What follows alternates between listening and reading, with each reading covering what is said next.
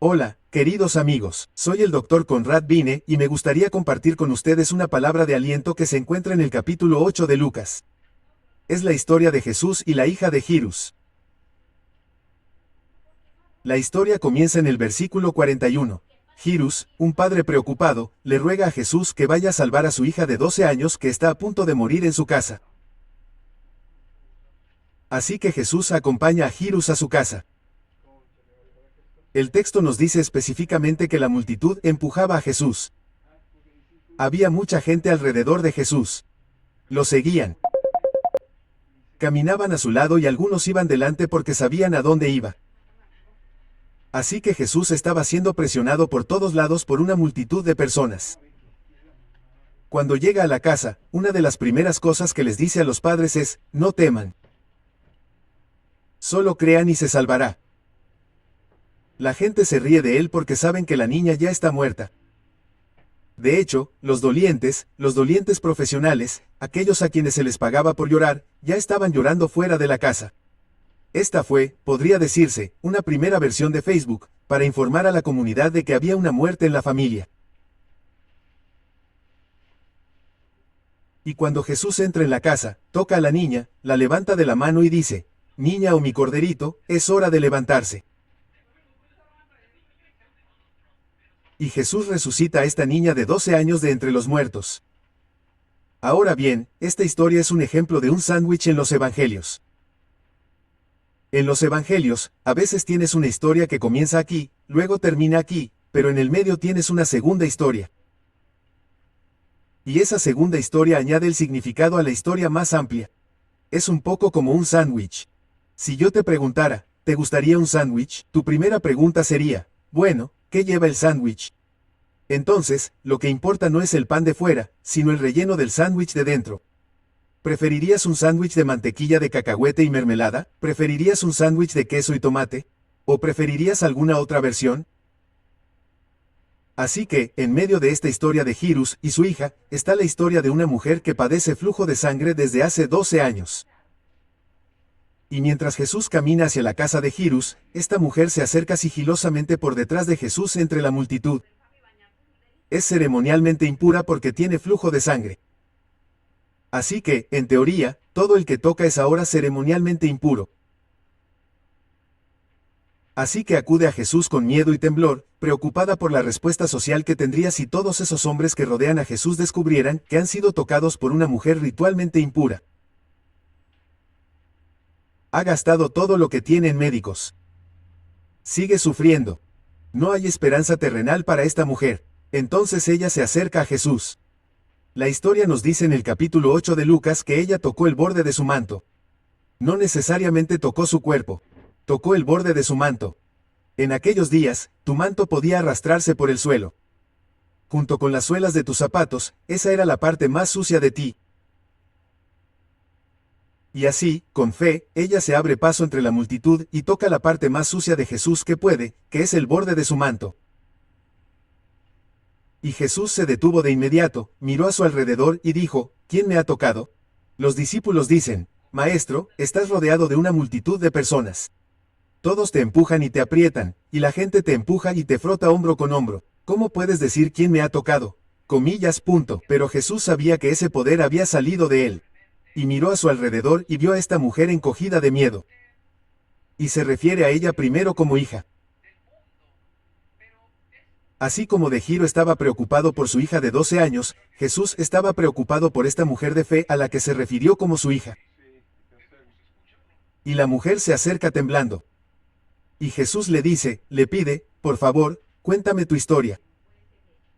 Y ella cuenta su historia. El dolor, la vergüenza, los médicos, el gasto financiero, tal vez la bancarrota, la impureza social, el hecho de que, con un flujo de sangre, no se le habría permitido entrar en el templo o la sinagoga durante 12 años porque era impura. Era una marginada social y religiosa.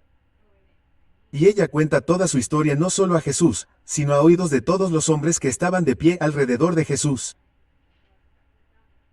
Jesús le afirma que es su fe la que la ha salvado, no el contacto. Y Jesús se vuelve hacia Giro y le dice, cree y tu hija se salvará. En este pasaje vemos que no es tanto el contacto físico de Jesús lo que salva, sino que es la fe en Jesús lo que sana y salva. La palabra griega para sanación, así es la misma palabra para salvación, ser salvado. Entonces, cuando Jesús le dice al ciego Bartimeo al final del capítulo 10 de Marcos, ve en fe, ve en paz, tu fe te ha sanado, esa palabra sanado también puede significar salvado. Entonces, ¿qué 3 lecciones aprendemos de esta historia de esta mujer que se acercó a Jesús por detrás? La primera lección es esta: muchas personas se apiñarán alrededor de Jesús, pero pocas personas serán tocadas por Jesús. La multitud empujaba a Jesús por todos lados. Se frotaban hombro con hombro, había gente delante, había gente detrás. Pero el poder sanador de Jesús solo fluyó hacia una persona en esa multitud, y fue la mujer. Podemos pensar que estamos siguiendo a Jesús, podemos caminar en la misma dirección que Jesús. Podemos querer encontrarnos con Jesús en la Nueva Jerusalén. Podemos intentar seguir las enseñanzas de Jesús. Pero a pesar de todo esto, como esa multitud, es posible que nunca hayamos experimentado el toque de Jesús. La segunda cosa que aprendemos de esta historia es que cuando Jesús nos toca, cuando Jesús transforma una parte de nuestras vidas, estamos llamados a dar testimonio de su bondad y su misericordia en nuestras vidas. Esa mujer habló. Contó toda su historia, con defectos y todo, como decimos en Inglaterra. Contó los altibajos, el dolor, la vergüenza, el sufrimiento y la impureza. Contó toda su historia, no solo a Jesús, sino ante toda la multitud. Y nosotros también estamos llamados a dar testimonio de la bondad de Dios en nuestras vidas cuando Jesús hace algo especial por nosotros. Y en tercer lugar, esta historia nos recuerda que no tenemos que vivir hace 200 años en Palestina para recibir el toque sanador de Jesús. Jesús le dice a Jairus, cree solamente y tu hija se salvará. Y entonces le dice a la mujer, tu fe te ha salvado. No le dice a la mujer, tu toque te ha salvado, sino que es tu fe la que te ha salvado. Y de la misma manera, Jesús puede tocarnos a nosotros a través del toque de la fe hoy. Y a través de ese contacto, también podemos recibir su sanación y su poder salvador. Por eso quiero animaros hoy. Esta es una hermosa historia de Jesús. Se nos da para animarnos, se nos da para guiarnos. Nos recuerda que, incluso si pensamos que estamos caminando por el camino cristiano, se nos invita a pasar tiempo con Jesús personalmente a diario para escucharle hablarnos a través de los evangelios, y así poder recibir su contacto. Esta historia nos recuerda que cuando Jesús nos toca, Dios nos pide que hablemos de su bondad en nuestras vidas. Debemos entrar en sus atrios con acción de gracias y alabanza. Alabanza por quien es Dios y acción de gracias que es testimonio público de la bondad de Dios en nuestras vidas. Y, por último, no somos sanados por el contacto físico, sino por la fe. Que Dios nos conceda a cada uno de nosotros caminar con Jesús, experimentar su contacto, dar testimonio de su bondad en nuestras vidas, y recibir día a día el toque de la fe y nuestras vidas sean sanadas hasta que un día todas las cosas sean hechas nuevas otra vez. Que Dios camine con nosotros y que nosotros caminemos con Él como lo hizo aquella mujer detrás de Jesús, como lo hizo Jairus, su esposa y, en última instancia, como lo hizo su hija.